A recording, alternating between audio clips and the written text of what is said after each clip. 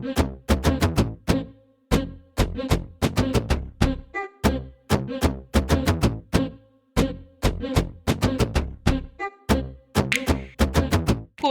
Fitness Diva Malaika Arora বিশ্ব যোগা দিবসে দক্ষিণ কলকাতার একটি মলে একটি স্টোর উদ্বোধনে এসেছিলেন বলিউডের ছাইয়া ছাইয়া গাল। যোগা দিবস উপলক্ষে দর্শকদের সাথে যোগায় অংশগ্রহণও করেন। সেই সাথে প্রশ্নোত্তর পর্বে ফিটনেস নিয়ে নিজের অভিজ্ঞতাও শেয়ার করলেন মালাইকা। জনপ্রিয় অভিনেত্রীর ফিটনেস টিপস পেয়ে আপ্লুত দর্শকরা।